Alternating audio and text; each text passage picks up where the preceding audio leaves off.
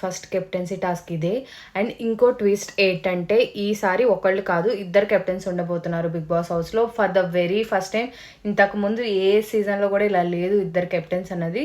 Captain ఉండేవాళ్ళు, కెప్టెన్కి ఇద్దరు vice captains లాగా లేకపోతే అసిస్టెంట్స్ లాగా ఉండేవాళ్ళు. But for the first time ఇద్దరు కెప్టెన్స్ ఉండబోతున్నారు.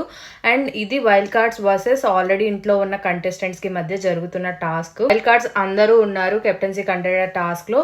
అండ్ వాళ్ళు కాకుండా హౌస్ నుంచి నేను చూసిన దాన్ని బట్టి ఏంటంటే ఆల్రెడీ ఉన్న కెప్టెన్ లేరు, ఇమాన్యుల్ లేడు, రాము లేడు. వీళ్ళు సెలెక్ట్ చేసుకున్నారో మరి ప్రాసెస్ ఏంటో నాకు తెలియదు, ఎలా వీళ్ళు కెప్టెన్సీ కంటెండర్స్ అయ్యారు అన్నది. తనుజ ఉంది, భరణి గారు ఉన్నారు, సుమన్ శెట్టి గారు ఉన్నారు, రీతు ఉంది, సంజన గారు ఉన్నారు. వీళ్ళ 5 మెంబర్స్ని అయితే మనం ఈ ప్రోమోలో మనం చూసాం. ఏం జరగబోతుంది అన్నది ఫుల్గా మన ఎపిసోడ్లో మాత్రం చూడగలం.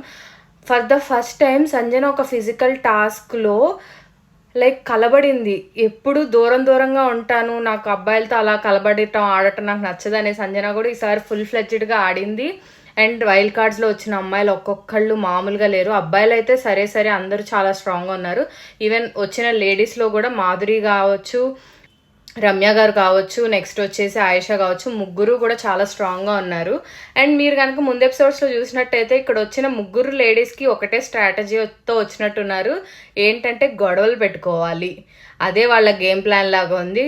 అవసరం ఉన్న చోట, లేని చోట, మాట్లాడాల్సిన చోట, మాట్లాడనక్కర్లేని చోట, ప్రతి చోట వాళ్ళైతే గొడవలు పెట్టుకోవడం జరుగుతుంది.